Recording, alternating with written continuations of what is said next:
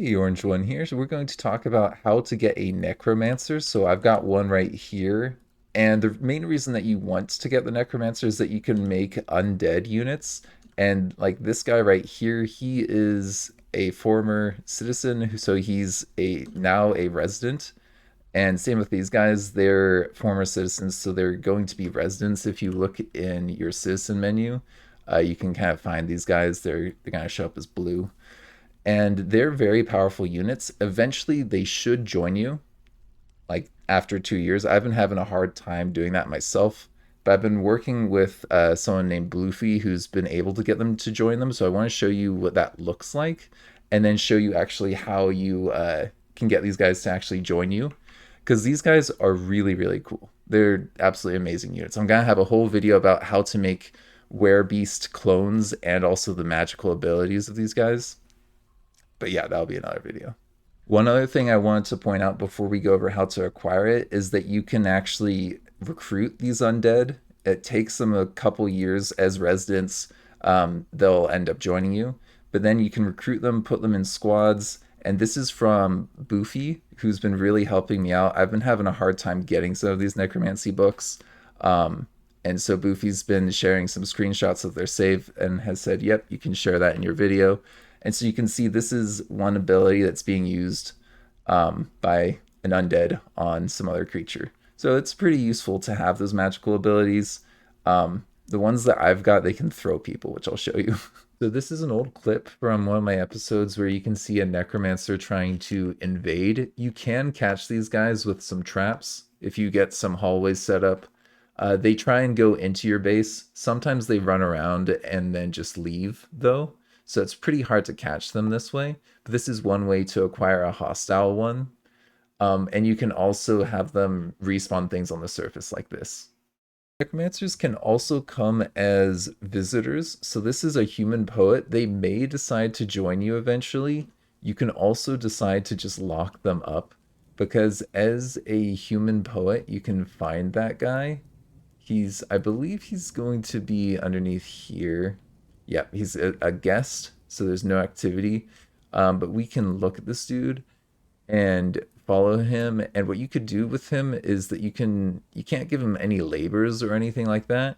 But what you can do is you can accuse him of crimes and then just like lock him up. So that's like one option. And I don't think you can put him in a burrow. I believe that those guys aren't the guests. You can't really burrow them, but that's one option. And to show you how you would lock them up, if you've got a justice system set up with a like dungeon master, captain of the guard, and all that, you can just take a previous crime. It could be any crime, and then you can convict anyone on the map. So you just need to find our new friend here, who's going to be somewhere on this list, and accuse him of that crime, and he should get put in the prison, which then you can just end up walling off and having that be your little necro room that you've got set up.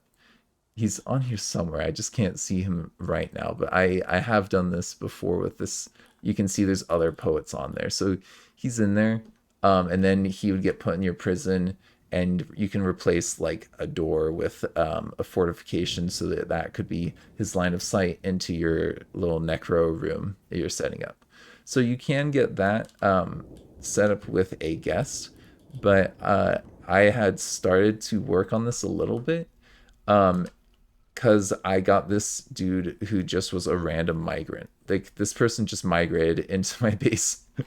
I got so lucky. I was trying to get books, and then to end up having my citizens read them, which is a really good strategy, which Boofy got working. I'm going to show you some of Boofy's screenshots about that. But basically, I got this migrant here, and I was like, okay, well, I'm just gonna start setting up my chamber then and getting them in there, because I don't need more than one. But you can see I've got like all these books in here. These are all like these books um, from the tower, which is a necromancer tower nearby. And I just couldn't get the one that had like the secrets of life and death in it. I did get a couple that had something kind of close. So let me show you what that looks like so you can see how you end up getting people to read these books. There are two other interesting ways to get necromancers. One is doing rescue missions. So if you go to the map and you look around you, there might be some locations that you're at war with. And some of these locations might have prisoners. And so you can go ahead and say, hey, I want to raid this and free captives that belong to my civilization. And that has a chance of getting you a necromancer. If you go into legends mode, you can find out where necromancers are and if they're part of your civilization, and then you can just go raid them and free them yourself. But that does require going to legends mode, which is something I'm not super commonly. I haven't really done that. I think I've done it like once before. You can also, there's a method where you can create, and I haven't really confirmed this, but I've seen people talking about it online, so I'd need to confirm this.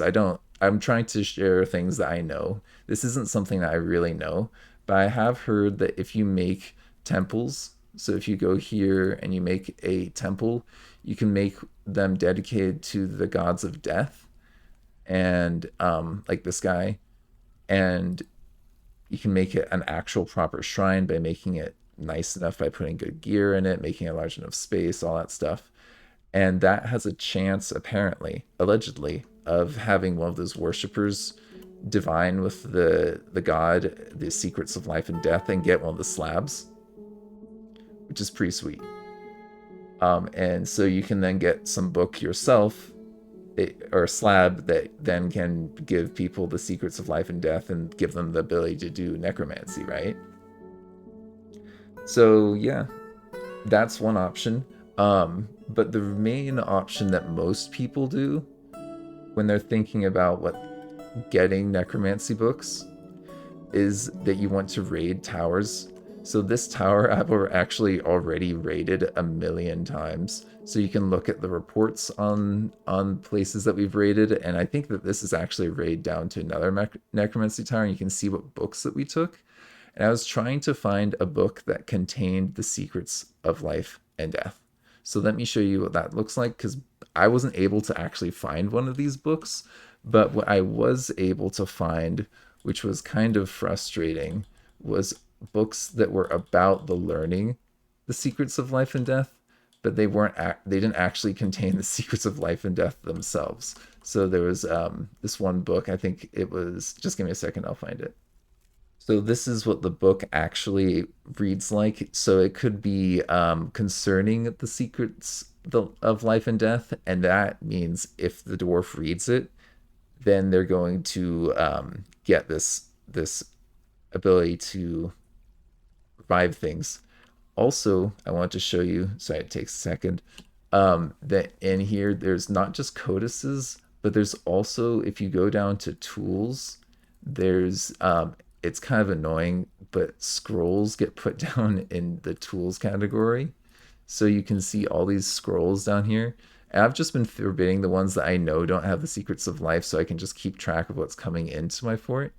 And then I can just read the descriptions to find out which one's going to give me the secrets of life. But as you can see, I've got a lot of these things. None of them contain secrets of life and death. So I kind of gave up and I was like, okay, well, I already got some necromancer that migrated, so I'm gonna use them to make my room. So yeah, just keep that in mind. That's how you end up getting someone to read the book.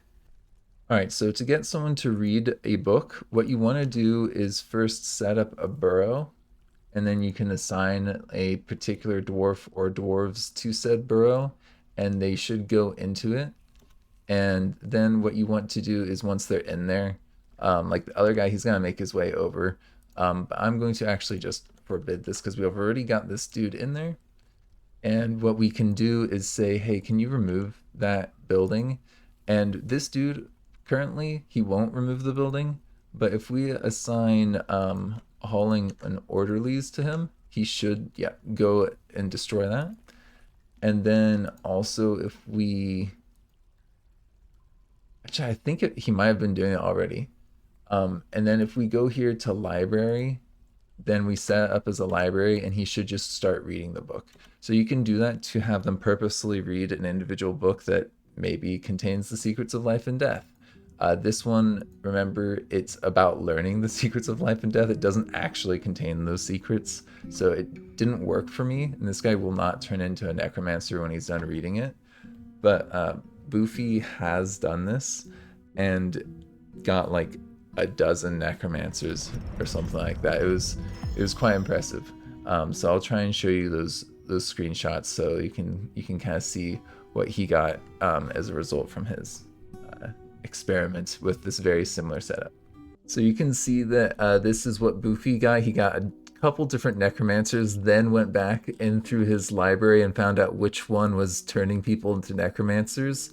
And you can see right here, this person isn't a necromancer. Then they read the book, and now they are, right? So that's how you identify the book. And then once you got like one or two necromancers, you want to go about actually setting up the room that you're going to use to spread infections. So I have had a couple different iterations of this room, but basically I want to show you these guys and their abilities. If you get two werebeasts together, did you see that? This guy got thrown. Meng, right there. He got thrown. And this happens almost every single time when I set them up like this. And just check out what happened to Meng. One of them raised their hand, and his body skidded across the ground, and he flew. And so he slammed into the wall. Um, and now he's up here with my necromancer. And these two dudes, they're going to duke it out. They don't like being around each other. So you have to be a little bit careful about where beasts that are undead because they will kill each other. And yeah, that causes some issues sometimes.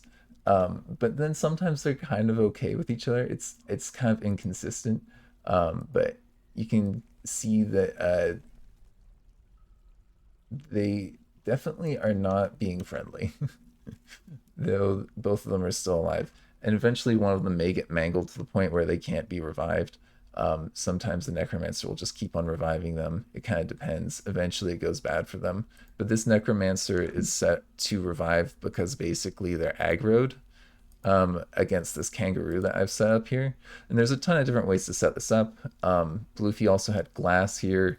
I'd actually recommend having some way of blocking line of sight with your targets. And I actually like his setup a little bit more because you can and get more people all at once. But this was better for containing and controlling the werebeasts, and then also kind of injuring them to do some experiments. I'll have a whole other video on those experiments and how I figured out how this whole thing with werebeasts works. But you can see like one of them was struck down there, and now he's mangled. He's not going to get back up. So Olin is the winner this time, but you gotta be careful. And yeah, like you can kind of make something kind of like where clones, and you can kind of injure this guy and make other little zombies off of him, but it's kind of inconsistent. And I'll talk about that more in the next video. But yeah, that's the main idea, is that you get guys with special powers, and then you can, because they're friendly and you can like move them around and put them in burrows, you can get them like stationed up near the top and have them like force push or like rot people's arms or eyes, or like throw ice bolts at them or make them bleed. There's all kinds of special abilities that the necromancer undead guys can get. And so if you can get those guys to be your friends, then oh wow, he was struck down quite a few times there. Then once they're friendly to you, then you've got really powerful mages essentially. And archery that doesn't require bolts, so it works better than regular archery actually. So it's a pretty cool thing. I've actually seen these werebeasts also force strangle the necromancer up here sometimes, so they seem to, when they get aggroed, they can the werebeast ones can attack your friendly ones, so be careful about that. All right, I think that's most of it. I might show you Bluefy's setup and then end it though. All right, so one of the final things is you can see here that Bluefy had his setup where he put in a bunch of undead, and then he, with a flip of a switch, uncaged an animal, and that was agitated towards the necromancer, and the necromancer then revived them all. If you set it up like this, then you can have a bunch of bodies brought to the pedestals, kind of like the books. and then just revive them all at once. And if it doesn't work out, you can save scum. So I think that that's one way to get a ton of undead all at once if you just kind of want to speed up the process and kind of game it a little bit. That's one option. If you don't, I'd recommend doing the werebeast option because they can like heal and revive. Though the undead themselves can be healed, which I should show off in the next video, kind of a little bit more about how that works, like what exactly they can heal and can't heal. But this is a nice way of getting a bunch of them at once.